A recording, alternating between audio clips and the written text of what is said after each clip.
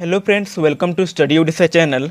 आज हम जीके का बहुत इंपॉर्टेंट क्वेश्चन डिस्कशन करने जा रहे हैं, जो कि फॉरेस्ट गार्ड एग्ज़ाम में आया हुआ था 24 अप्रैल 2024 के पहले शिफ्ट में, और आपके OSSC द्वारा कंडक्ट किया जाने वाला RI ARI और मीन वाले एग्ज़ाम के पॉइंट ऑफ व्यू से बहुत ही ज़्यादा इंपॉर्टेंट है। तो चलिए, लेट्स नॉट टाइम वेस्ट, शुरू करते हैं। तो चलिए देखते हैं। पहला क्वेश्चन दिया गया है कि अगर who was India's first chairman of the planning commission. पूछा गया है कि प्लानिंग कमीशन का फर्स्ट चेयरमैन कौन है। Option A Pandit Jawaharlal Nehru, option B JB Kripalani, option C Sardar Vallabh Bhai Patel, या option D doctor Rajendra Prasad. मैं आपको बताना चाहता हूं कि प्लानिंग कमीशन एक इंस्टीट्यूशन है जो कि गवर्नमेंट ऑफ इंडिया द्वारा इस्टेब्लिश किया गया था 1950 को, और इसके चेयरमैन होते हैं खुद PM। तो पूछा गया है कि फर्स्ट चेयरमैन कौन है, तो इसका आंसर फर्स्ट प्राइम मिनिस्टर ही होगा, जो कि है पंडित जवाहरलाल नेहरू। तो option A is correct. Now let's move to second question. Second question है कि what is the total literacy rate of Odisha as per census 2011। Odisha का लिटरेसी रेट कितना है 2011 के सेंसस के according. Option A 73%, option B 65%, option C 55%, या option D 80%। तो इसका करेक्ट आंसर होगा 72.9%, जो कि इक्वल्स है 73% के करीब। अगर आपको पूछा गया कि मेल लिटरेसी रेट 2011 के सेंसस के अकॉर्डिंग ओडिशा में कितना था, तो आप आंसर देंगे 81.6, और अगर फीमेल पूछेगा तो 62.4%। Now let's move to third question. पूछा गया है कि which of the following is equal to force. यानी कि फोर्स का फॉर्मूला क्या है। आप जानते हैं, हम लिखते हैं कि F is equal to ma, या force is equal to mass into acceleration. तो इसका करेक्ट आंसर होगा डी, मास इंटू एक्सेलरेशन।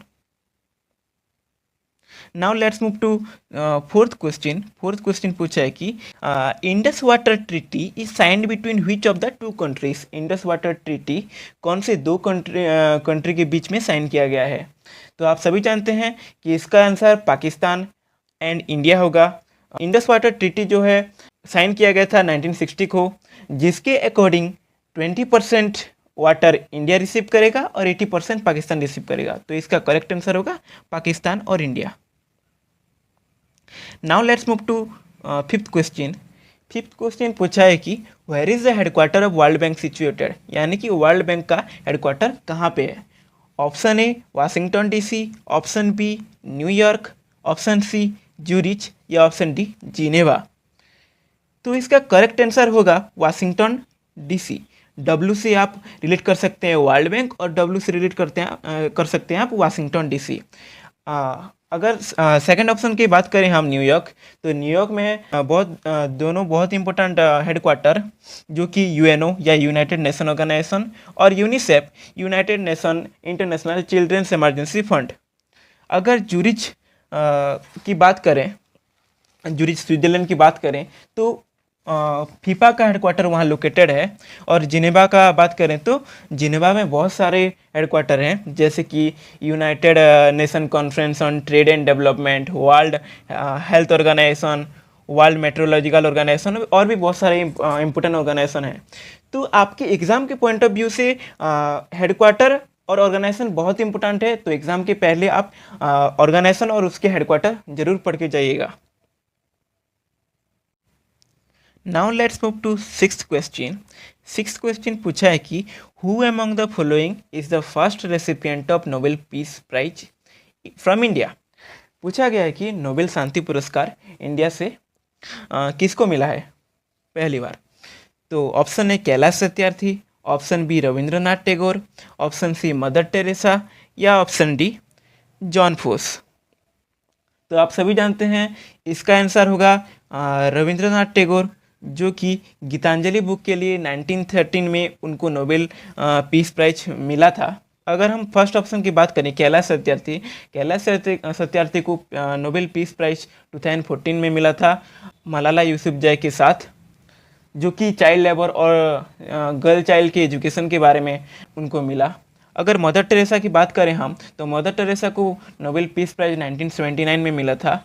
और ऑप्शन डी जो जॉन फोस है, तो जॉन फोस को लिटरेचर में अभी अभी 2023 में नोबेल प्राइज़ मिला है। और अगर आपको क्वेश्चन पूछे कि नोबेल पीस प्राइज़ 2023 में किसको मिला है, तो आप आंसर करेंगे Narges Mohammadi. Now let's move to 7th number question. Question number 7 पूछा है कि article 123 of the constitution of India deals with what. Article 123 या 123 किससे रिलेटेड है? Option A ordinance making power of church, option B ordinance making power of president या राष्ट्रपति, option C ordinance making power of prime minister, या option D ordinance making power of governor. तो इसका correct answer होगा ordinance making power of president. Now let's move to 8th number question. पूछा है कि classical dance Mohiniyattam किस state से related है? Option A Odisha, option B Gujarat, option C Kerala या ऑप्शन डी आसाम। तो इसका करेक्ट आंसर होगा ऑप्शन सी केरला। केरला का क्लासिकल डांस है मोहिनीअट्टम, और भी बहुत सारे फोक डांस हैं। तो केरला का और एक फोक डांस है कथकली। इसी तरह से उड़ीसा का क्लासिकल डांस है ओडिसी, और भी बहुत सारे डांसेस हैं जैसे कि पाइको, छऊ, घुमुरा, संबलपुरी। अगर आपको गुजरात पूछा जाए तो गुजरात का फोक डांसेस डांडिया और गरबा। और आसाम का पूछा गया तो आसाम का क्लासिकल डांस है सातरिया। और भी बहुत सारे फोक डांस हैं आसाम का जैसे कि बिहू, बागुरुम्बा, बिछुआ, कालीगोपाल, नट पूजा और महाराज। तो आपके जीके क्वेश्चन के पॉइंट ऑफ व्यू से बहुत ज़्यादा इंपॉर्टेंट है क्लासिकल डांस, फोक डांस के फॉर्म और उनका स्टेट। तो डांस ऑन फॉर्म ज़रूर पढ़ के जाइएगा एग्ज़ाम के लिए, एग्ज़ाम में ज़रूर आता है ये क्वेश्चन। तो अभी क्वेश्चन नंबर 9 की ओर बढ़ते हैं। तो क्वेश्चन नंबर 9 पूछा गया है कि who invented blood group. Option A है विलियम हुक, ऑप्शन बी है चार्ल्स बेबेज, ऑप्शन सी है कार्ल लैंडस्टीनर या ऑप्शन डी मार्कनी। तो ब्लड ग्रुप किसने इन्वेंट किया था अगर पूछा गया तो आंसर होगा ऑप्शन सी कार्ल लैंडस्टीनर। अगर आपको पूछा गया चार्ल्स बेबेज कौन है, तो चार्ल्स बेबेज है फादर ऑफ द कंप्यूटर। अगर आपको पूछा गया तो मार्कनी के बारे में, तो मार्कनी है inventor of radio and wireless telegraphy. तो उनको नोबेल प्राइज इसीलिए मिला था, रेडियो एंड वायरलेस टेलीग्राफी के लिए। नेक्स्ट क्वेश्चन की ओर बढ़ते हैं। क्वेश्चन नंबर 10 पूछा गया है कि which of the following cities never organise an Olympics games. तो कौन से सिटी में कभी ओलंपिक गेम नहीं हुआ था? आप सभी जानते हैं कि इंडिया में कभी ओलंपिक गेम नहीं हुआ था, तो इसका सीधा सीधा आंसर हो जाएगा न्यू दिल्ली। नेक्स्ट क्वेश्चन की ओर बढ़ते हैं। क्वेश्चन नंबर 11 पूछा गया है कि contribution to which field is honoured by Dada Saheb Phalke award. तो दादा साहेब फाल्के अवार्ड किस क्षेत्र में दिया जाता है और या किस फील्ड में दिया जाता है? ऑप्शन ए है स्पोर्ट्स, ऑप्शन बी है फिल्म, ऑप्शन सी है साइंस या ऑप्शन डी लिटरेचर। तो इसका करेक्ट आंसर होगा फिल्म। दादा साहेब फाल्के अवार्ड जो है फिल्म की या चलचित्र के लिए दिया जाता है। तो अगर आपको पूछा गया तो कि दादा साहेब फाल्के अवार्ड रिसीव करने वाले पहले एक्ट्रेस या एक्टर कौन है, तो आपका आंसर होगा एक्ट्रेस देविका रानी, जो कि 1969 में पहली बार उनको दादा साहेब फाल्के अवार्ड मिला था।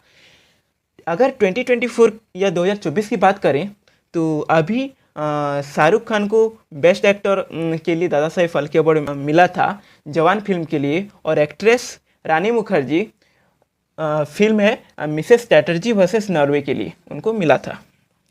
मूव करते हैं 12th नंबर क्वेश्चन। पूछा गया है कि which is the outer most layer of atmosphere. Atmosphere का सबसे बाहरी लेयर कौन सा है?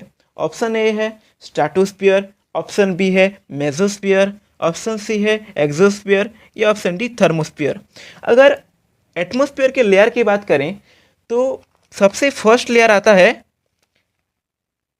ट्रोपोस्फियर, उसके बाद आता है स्ट्रेटोस्फियर, उसके बाद आता है मेसोस्फियर, उसके बाद आता है थर्मोस्फियर, और उसके बाद आता है सबसे आउटर मोस्ट लेयर एक्सोस्फियर। तो इसका इसका आंसर हो जाएगा एक्सोस्फीयर, जो कि सबसे आउटरमोस्ट लेयर है। तो मूव करते हैं नेक्स्ट क्वेश्चन नंबर 13। पूछा गया है कि which famous Sanskrit poet wrote Gita Govinda. Gita Govinda किसने लिखा था? कौन से सबसे फेमस संस्कृत पोएट हैं जो कि गीता गोविंदा लिखे थे? ऑप्शन ए है प्रेमचंद, ऑप्शन बी है कालिदास, ऑप्शन सी है गोस्वामी, या ऑप्शन डी जयदेव। तो इसका करेक्ट आंसर हो जाएगा जयदेव। अगर कालिदास की बात करें तो कालिदास कौन कौन से बुक लिखे थे? तो आपका आंसर हो जाएगा शकुंतलम, मालविकाग्निमित्र, कुमार संभवम जैसे बुक लिखे थे। मूव करते हैं नेक्स्ट क्वेश्चन 14 नंबर क्वेश्चन। पूछा गया है कि dash join the competition commission of India as chairperson on 23 May 2023। तो कंपटीशन कमीशन का चेयरमैन कौन हुआ था 23 मई 2023 को? तो इसका आंसर हो जाएगा option A Ravneet Kaur. Move करते हैं 15 नंबर क्वेश्चन की तरफ। तो पूछा गया है कि माउंट हैरियट नेशनल पार्क कौन से स्टेट या यूनियन टेरिटरी में लोकेटेड है?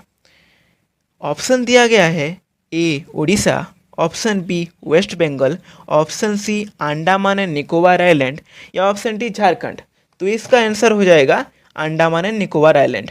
अगर आपको पूछा गया कि उड़ीसा में कौन कौन से नेशनल पार्क हैं, तो मैं बताना चाहता हूँ कि भितरकनिका नेशनल पार्क और सिमलीपाल नेशनल पार्क, जो कि बहुत फेमस नेशनल पार्क हैं, उड़ीसा में सिचुएटेड हैं। अगर पूछा गया कि वेस्ट बंगाल में कौन कौन से नेशनल पार्क हैं, सबसे famous national park west Bengal में है सुंदरबन नेशनल पार्क, जो कि एक रामसर साइट भी है। अगर झारखंड की बात करें तो झारखंड का नेशनल पार्क है बेतला नेशनल पार्क। मूव करते हैं नेक्स्ट क्वेश्चन नंबर 16 की तरफ। क्वेश्चन नंबर 16 पूछा गया है कि Chilika lake is situated in which of the following state. Chilika lake कौन सा स्टेट में है? तो option A Uttar Pradesh, option B Orissa, option C Karnataka, या ऑप्शन डी बिहार। तो इसका करेक्ट आंसर होगा ऑप्शन बी उड़ीसा। उड़ीसा के पुरी, खोर्धा और गंजाम डिस्ट्रिक्ट में फैला हुआ है। और चिलिका को हम एशिया का लार्जेस्ट ब्राकिश वाटर लेगून का टाइटल मिला हुआ है। और ये एक रामसर वेटलैंड साइट भी है, रामसर साइट भी है। मूव करते हैं नेक्स्ट क्वेश्चन नंबर 17, जो कि बहुत इजी क्वेश्चन है। What is the minimum age for voting in India? Option A 18, option B 20, option C 22, या ऑप्शन डी 21। आप सभी जानते हैं कि इसका आंसर है 18 ईयर्स। तो इंडिया में वोट करने के लिए मिनिमम एज होता है 18 ईयर्स। मूव करते हैं 18th नंबर क्वेश्चन की तरफ। पूछा गया है कि फुल फॉर्म ऑफ UNHRC क्या है, या UNHRC का फुल फॉर्म क्या है? तो दिया गया है option A United Nation Human Rights Council, option B United Nation Human Right Commission, option C United Nation Human Right Cooperation, या option D United Nation Human Right Commissioner. तो आप यहाँ पे कंफ्यूज हो कि option B United Nation Human Right Commission कर देंगे, लेकिन ये गलत होगा। इसका आंसर करेक्ट आंसर है United Nation Human Right Council. UNHRC जो है इसका हेडक्वार्टर है जिनेवा में, जो कि स्विट्जरलैंड में है। तो इसका सही answer United Nation Human Right council हो जाएगा। मूव करते हैं नेक्स्ट क्वेश्चन की तरफ। पूछा गया है कि question number 19, which of these organization releases the annual corruption perception index ranking of countries by the perceived level of corruption. तो एनुअल करप्शन परसेप्शन इंडेक्स कौन सी संस्था या कौन सी ऑर्गेनाइजेशन लॉन्च करता है हर साल? तो दिया गया है कि ऑप्शन ए विपो, option B Transparency International, option C World Bank, या option D World Trade Organization या WTO। तो इसका आंसर हो जाएगा ट्रांसपेरेंसी इंटरनेशनल, जिसका हेडक्वार्टर है बर्लिन जर्मनी में। और ये हर साल करप्शन के बेसिस पे हर कंट्री का रैंक अपने एनुअल करप्शन इंडेक्स में देता है। तो इंडिया का rank annual corruption perception index में 93 है आउट ऑफ 180 कंट्रीज। अभी मूव करते हैं नेक्स्ट क्वेश्चन नंबर 20 की तरफ। पूछा गया है कि in which of the following state Sharavati project is located. Sharavati project कौन से स्टेट में है? Option A Karnataka, option B Uttar Pradesh, option C Gujarat या ऑप्शन डी महाराष्ट्र। तो इसका करेक्ट आंसर होगा कर्नाटका। तो शरावती प्रोजेक्ट एक हाइड्रो इलेक्ट्रिक पावर प्रोजेक्ट है जो कि शरावती रिवर में है। तो इसका करेक्ट आंसर होगा कर्नाटका। मूव करते हैं नेक्स्ट क्वेश्चन नंबर 21 की तरफ। पूछा गया है कि which of the following activities consumes largest amount of fresh water. Fresh water कौन सा एक्टिविटी सबसे ज़्यादा कंज्यूम करता है? ऑप्शन ए है household activities, option B drinking purpose, option C industrial activity या ऑप्शन डी एग्रीकल्चरल एक्टिविटी। तो इसका करेक्ट आंसर हो जाएगा एग्रीकल्चर एक्टिविटी, क्योंकि आप जानते हैं एग्रीकल्चरल एक्टिविटी में सबसे ज़्यादा फ्रेश वाटर या मधुर जल का खपत होता है, कंजप्शन होता है। मूव करते हैं नेक्स्ट क्वेश्चन नंबर 22 की तरफ। पूछा गया है कि in which year an European came to India for first time through sea route. कौन से ईयर में, कौन से साल में पहली बार किसी यूरोपियन इंडिया आया था सी रूट से? ऑप्शन ए है 1498, ऑप्शन बी 1493, ऑप्शन सी 1495 या ऑप्शन डी 1602। तो इसका करेक्ट आंसर हो जाएगा 1498। 1498 के 20 मई में वास्को दा गामा, जो कि एक पोर्तुगीज ट्रैवलर हैं, पहली बार कलिकट में लैंड हुए थे। तो इसका करेक्ट आंसर हो जाएगा 1498। मूव करते हैं नेक्स्ट क्वेश्चन नंबर 23 की तरफ। पूछा गया है कि who was the founder of पालो डायनेस्टी। पालो डायनेस्टी के फाउंडर कौन है? तो इसका आंसर हो जाएगा गोपाला। तो गोपाला हैं जो पालो डायनेस्टी को फाउंड किए थे। मूव करते हैं नेक्स्ट क्वेश्चन की तरफ। Question number 24। क्वेश्चन नंबर 24 पूछा गया है कि what is the full form of AFSPA, जो कि अभी अभी न्यूज़ में है। AFSPA का फुल फॉर्म क्या है? ऑप्शन ए है armed force special powers act, option B है armed force special protection act, option C है armed force security power act या ऑप्शन डी है armed forces superior powers act. तो इसका करेक्ट आंसर हो जाएगा armed force special power act, option A. Move करते हैं नेक्स्ट क्वेश्चन की तरफ। क्वेश्चन नंबर 25 पूछा गया है कि which of the following is a मामल। इनमें से कौन एक मामल है? ऑप्शन ए है bird, option B whale, option C snake या ऑप्शन डी क्रोकोडाइल। तो हम सभी जानते हैं बर्ड मामल नहीं हो सकता, स्नेक एक रेप्टाइल है, क्रोकोडाइल भी एक रेप्टाइल है। तो इसका करेक्ट आंसर हो जाएगा व्हेल, जो कि एक मामल है। तो ये था आपका फॉरेस्ट गार्ड का फर्स्ट डे फर्स्ट शिफ्ट वाला सभी जी के क्वेश्चन, जो कि OSSC द्वारा कंडक्ट किया जाने वाला RI, अमीन, SFS, ICDS सुपरवाइजर एग्जाम के पॉइंट ऑफ व्यू से बहुत ही ज़्यादा इंपॉर्टेंट है, क्योंकि दोनों एग्ज़ाम OSSC द्वारा कंडक्ट किया जाता है। तो आपको वीडियो अच्छा लगा तो लाइक एंड सब्सक्राइब कीजिएगा और शेयर भी कीजिए, ताकि मैं ऐसा वीडियो और भी बना सकूं। Thank you. जय जगन्नाथ।